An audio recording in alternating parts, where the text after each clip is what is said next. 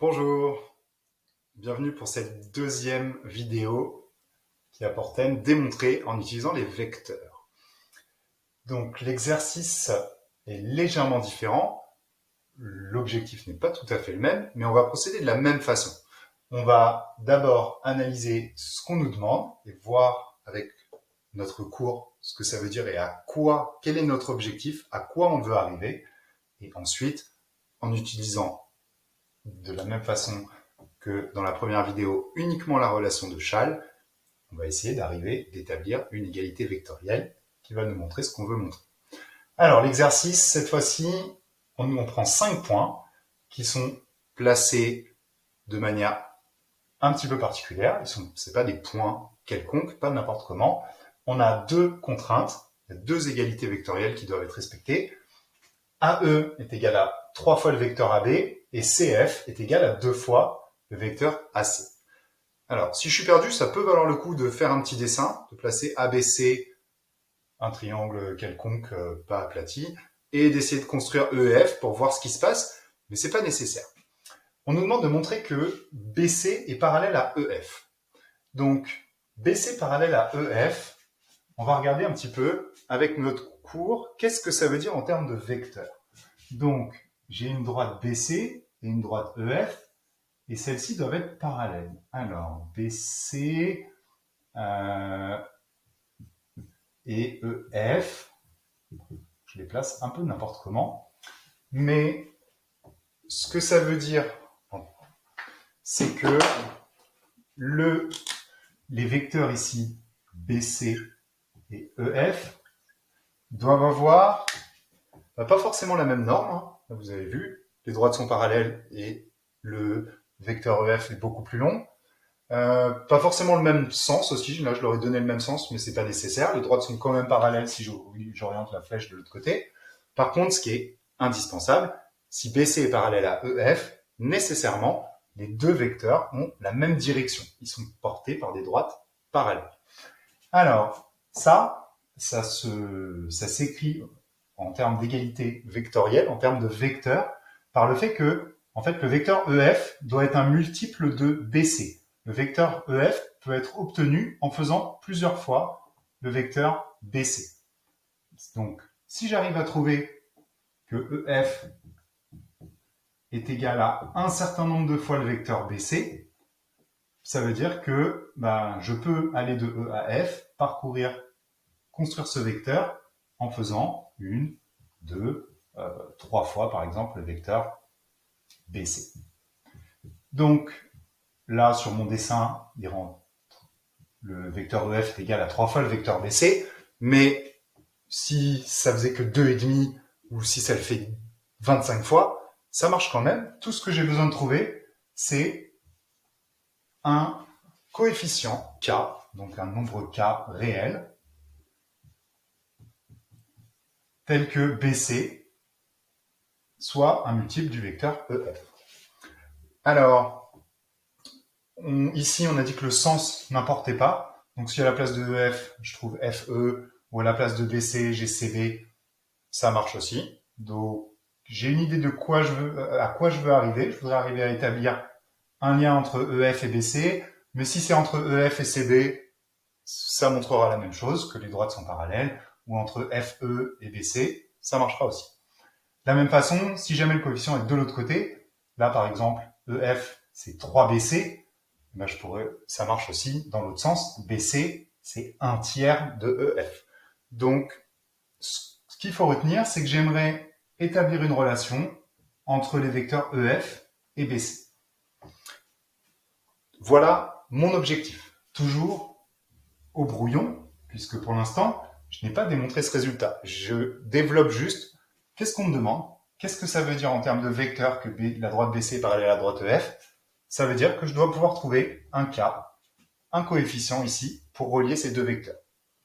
Maintenant, je vais chercher ce coefficient, je vais essayer d'arriver à cette égalité.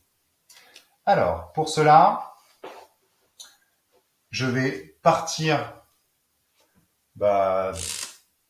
d'une égalité. Alors, je pourrais partir d'une de ces deux-là et essayer de progresser à partir de l'une, utiliser l'autre à un moment et essayer d'arriver à ça. Mais là, pour varier un petit peu, comme c'est ce que j'ai fait dans la dernière vidéo, je suis parti de l'égalité qu'on me donnait dans l'énoncé, je vais changer un petit peu. Je vais partir de EF, ici. Et là, vous allez me dire, mais on ne sait rien sur EF.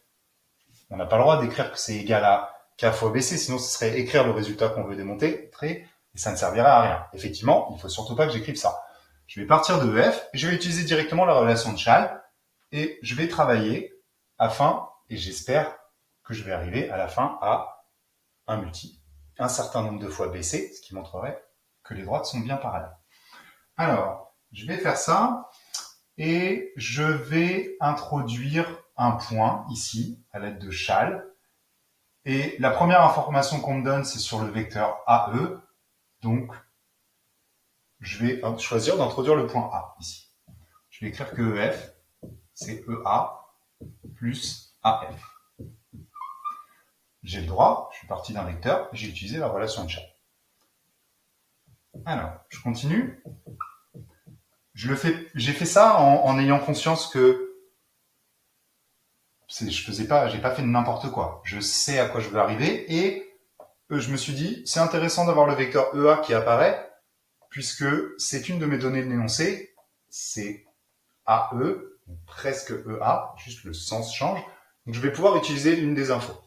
Ce que je vais faire maintenant d'ailleurs, si AE c'est 3AB, 3 fois le vecteur AB, EA, si je change le sens de ce vecteur, c'est 3 fois le vecteur BA. Il faut que je change aussi le sens de ce vecteur. Donc je vais pouvoir remplacer EA par 3BA.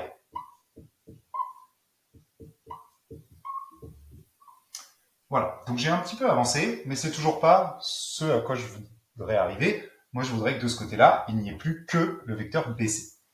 Donc, je continue et j'essaie de me rapprocher de mon objectif petit à petit, étape par étape, en utilisant uniquement la relation de Schall et les données de l'énoncé. Alors, de la même façon, ici, j'ai des informations sur CF qu'il faut que j'utilise à un moment. Donc, je vais choisir de modifier ce vecteur-là, ici, et d'introduire un point là, dans le vecteur AF. Et ce qui me semble judicieux, c'est d'introduire le point C, parce qu'ainsi, j'aurai AC plus CF, sur lequel j'ai des informations. Donc, je vais faire ça. 3BA, pour l'instant, je n'y touche pas. Plus, et je vais transformer AF en AC plus CF. Et maintenant, CF, je sais que c'est 2AC. Je vais pouvoir le remplacer. Donc, 3BA plus AC plus CF qui est égal à 2AC. Je vais pouvoir AC plus 2AC, je vais pouvoir additionner ces deux vecteurs puisqu'il s'agit du même vecteur. 3BA plus 1 plus 2, 3AC. Je m'aperçois que j'ai le même coefficient, donc je vais pouvoir factoriser par 3. EF est égal à 3 fois le vecteur BA plus AC.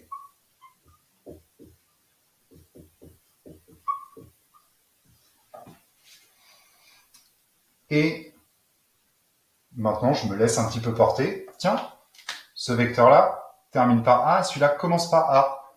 Je peux utiliser la relation de Schall dans l'autre sens. Je vais continuer ici et je vais pouvoir écrire que EF est égal à 3 fois le vecteur ici, BC.